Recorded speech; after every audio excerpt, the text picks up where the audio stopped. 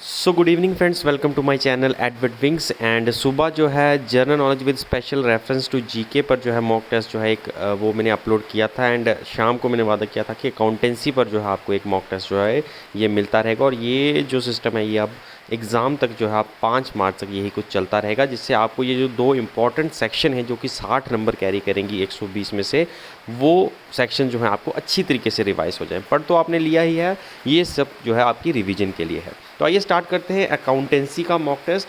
पहला क्वेश्चन है कि recording of business transaction in a systematic way is known as. तो बिजनेस ट्रांजैक्शन जो है इनको सिस्टमैटिक वे में रिकॉर्ड करने वाली प्रोसेस जो है उसको क्या बोलते हैं? तो उसको बोलते हैं बुक कीपिंग। ठीक है, थोड़ा सा पीछे बैकग्राउंड में थोड़ा थोड़ा शोर होगा, बारिश हो रही है बाहर तो उसकी वजह से थोड़ा शोर ज़रूर होगा, प्लीज़ थोड़ा कोऑपरेट कीजिएगा। नेक्स्ट क्वेश्चन है कि in accounts recording is made of. ठीक है, तो अकाउंट्स में रिकॉर्डिंग जो है किन चीज़ों की जाती है? तो अकाउंट्स जो है उसमें रिकॉर्डिंग जो है आपकी सिर्फ और सिर्फ फाइनेंशियल ट्रांजैक्शन की जाती है, जिसकी कोई ना कोई मनी वैल्यू होती है। ठीक है, नेक्स्ट क्वेश्चन है कि विच of the following is the international accounting standard for intangible asset. ठीक है, तो टेंजिबल एसेट्स अलग से होती हैं, इंटेंजिबल अलग होती हैं। आई होप आपको पता होगा, नहीं पता होगा तो हम ज़रूर डिस्कस करेंगे आने वाले मॉक टेस्ट में। तो इनटेंजिबल एसेट्स को लेकर जो इंटरनेशनल अकाउंटिंग स्टैंडर्ड है, कौन से नंबर का इंटरनेशनल अकाउंटिंग स्टैंडर्ड है जो कि इनटेंजिबल एसेट के साथ डील करता है? तो वो है आपका IAS 38। IAS का मतलब इंटरनेशनल अकाउंटिंग स्टैंडर्ड है, एंड 38 इज़ द नंबर जो कि रिलेटेड है आपका इनटेंजिबल एसेट्स के साथ। ठीक है, टेंजिबल का भी देखेंगे हम आने वाले टाइम में।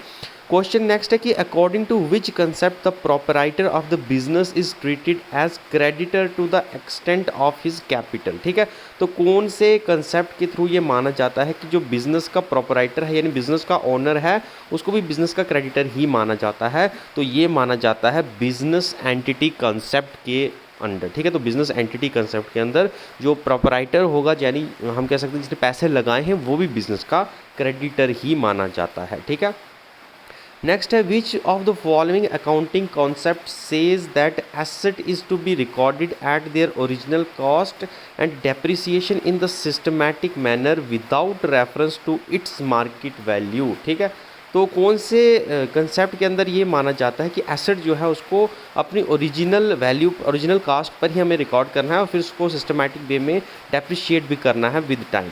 तो ये माना जाता है आपके गोइंग कंसर्न कंसेप्ट के अंदर। ठीक है, तो गोइंग कंसर्न कंसेप्ट के अंदर माना जाता है कि एसेट जो भी है आपकी वो ओरिजिनल कॉस्ट पर जो है उसको रिकॉर्ड किया जाएगा और समय के साथ साथ उसकी डेप्रिशिएशन वैल्यू जो है उसको भी रिकॉर्ड किया जाएगा। ठीक है, नेक्स्ट क्वेश्चन है कि valuation of stock at lower of cost और net realise value is an example of. ठीक है, तो जब हम स्टॉक का वैल्यूएशन जब करते हैं तो उसको हम उसकी ओरिजिनल कॉस्ट से थोड़ा कम ही जो है रिकॉर्ड करते हैं।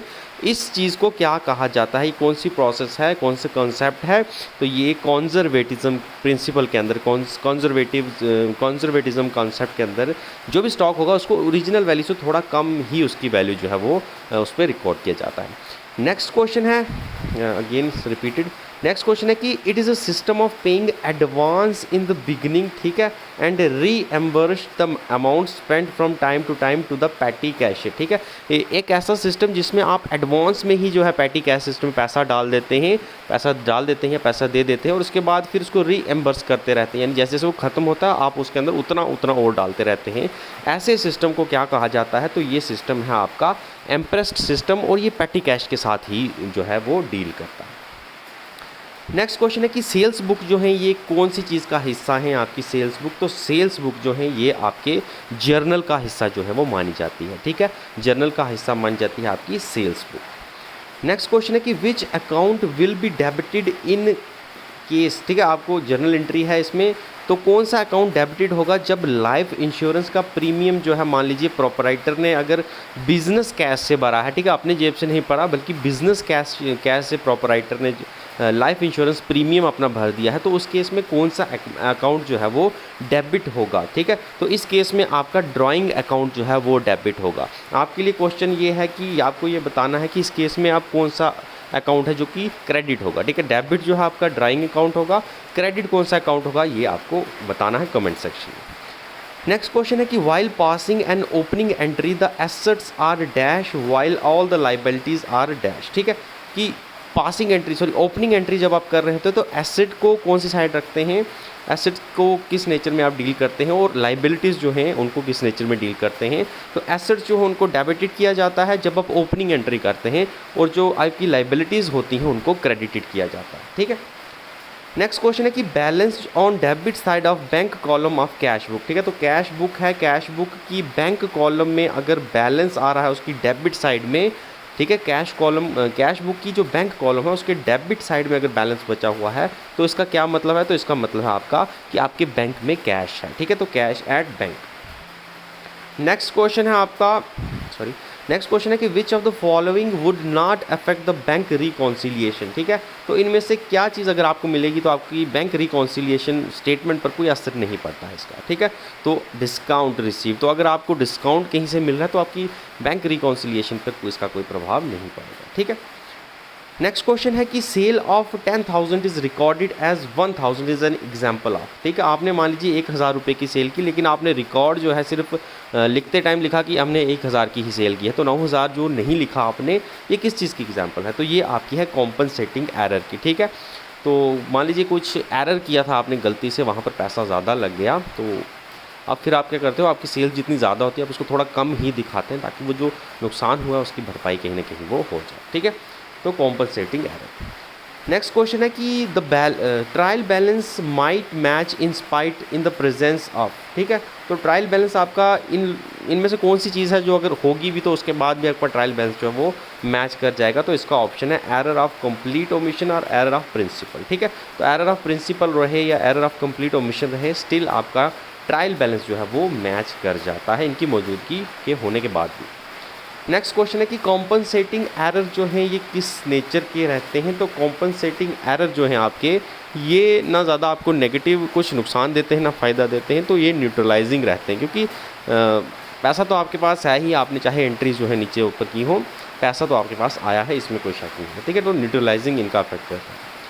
नेक्स्ट क्वेश्चन है कि rectification entries are passed in. ठीक है, तो रेक्टिफिकेशन एंट्रीज जो होती हैं, जो गलती हो जाती हैं उसको रेक्टिफाई करने के लिए एंट्रीज की जाती हैं, तो कहाँ पर की जाती हैं, तो रेक्टिफाइंग एंट्रीज जो है आपकी ये आपके जर्नल प्रॉपर के अंदर ही की जाती हैं। ठीक है, नेक्स्ट क्वेश्चन है आपका कि bill of exchange contain N unconditional dash and promissory notes contain N unconditional dash. ठीक है, तो जो बिल ऑफ एक्सचेंज है उसमें अनकंडीशनल किस चीज़ का वादा किया जाता है, और प्रॉमिसरी नोट्स में किस अनकंडीशनल चीज़ का जिक्र होता है, तो बिल ऑफ एक्सचेंज में एक अनकंडीशनल ऑर्डर का जिक्र होता है, और आपके प्रॉमिसरी नोट्स जो हैं इसमें आपकी अनकंडीशनल प्रॉमिस का वादा जो है वो रहता है।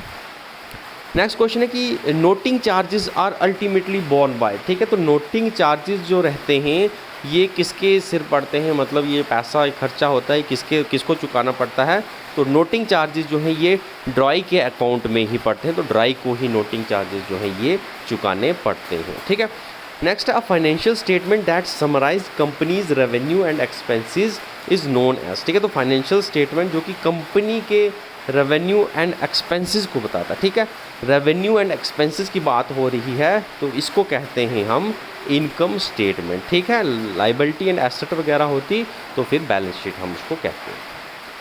नेक्स्ट क्वेश्चन है कि how would revenue from sales of goods and services be classified as. ठीक है, तो गुड्स एंड सर्विसेज जो रेवेन्यू आया है आपका उसको आप कैसे क्लासीफाई करते हैं, तो उसको हम बोलते हैं ऑपरेटिंग इनफ्लो। ठीक है, रोज़ हो रहा है तो उससे बिजनेस जो है वो ऑपरेट हो रहा है, तो ऑपरेटिंग इनफ्लोस को माना जाएगा। नेक्स्ट क्वेश्चन है कि अगेन सेम, नेक्स्ट क्वेश्चन है कि which from the following is better in accounting. ठीक है, तो नीचे जो दी गई हैं प्रोसेस, इसमें अकाउंटिंग के लिए जो है सबसे बेहतर तरीका कौन सा है, तो बेहतर तरीका है वो है बुक कीपिंग भी आप कर सकते हैं। बुक कीपिंग होगी आपकी जो हाथों से आप लिखेंगे। ठीक है, physical work and computerise accounting दोनों ही जो है सही रहती हैं, तो बोथ इसका आंसर रहेगा। ठीक है, ऐसा नहीं है कि कोई चीज़ ज़्यादा बेटर है, दोनों ही चीज़ें अच्छी हैं। रिकॉर्ड ही मेंटेन करना है, चाहे आप कंप्यूटर पर करें या फिजिकल फॉर्म में करें, एक ही चीज़ है। ठीक है, दोनों ही अच्छे हैं मतलब। और आज का आखिरी क्वेश्चन है कि Ram want to install a computerise accounting system but his budget is low, which software he should opt for. ठीक है, राम जो है वो कंप्यूटराइज अकाउंटिंग सिस्टम जो है उसको इंस्टॉल करना चाहता है, लेकिन प्रॉब्लम ये है कि बेचारे के पास पैसे जो हैं वो कम है, उसका बजट बड़ा लो है, तो कौन सा ऐप जो है, कौन सा सॉफ्टवेयर जो है उसको लेना पड़ेगा, ताकि उसके कम पैसे लगें और दूसरा उसको कंप्यूटराइज अकाउंटिंग सिस्टम भी मिल जाए। ठीक है, तो ऐसे हालात में उसको रेडी टू यूज़ सॉफ्टवेयर लेना पड़ेगा जो कि सस्ता भी होगा और उसको अकाउंटिंग सिस्टम जो है वो भी मिल जाएगा। ठीक है, तो आज की वीडियो में इतना ही है। बाकी कल सुबह हम फिर जम्मू कश्मीर को लेकर जो है 30 क्वेश्चन इंपॉर्टेंट लाएंगे और कल शाम को आपको फिर से अकाउंटेंसी पर जो है आपका नेक्स्ट मॉक टेस्ट जो मिलेगा। ठीक है, तो बने रहेगा हमारे चैनल के साथ। Thank you.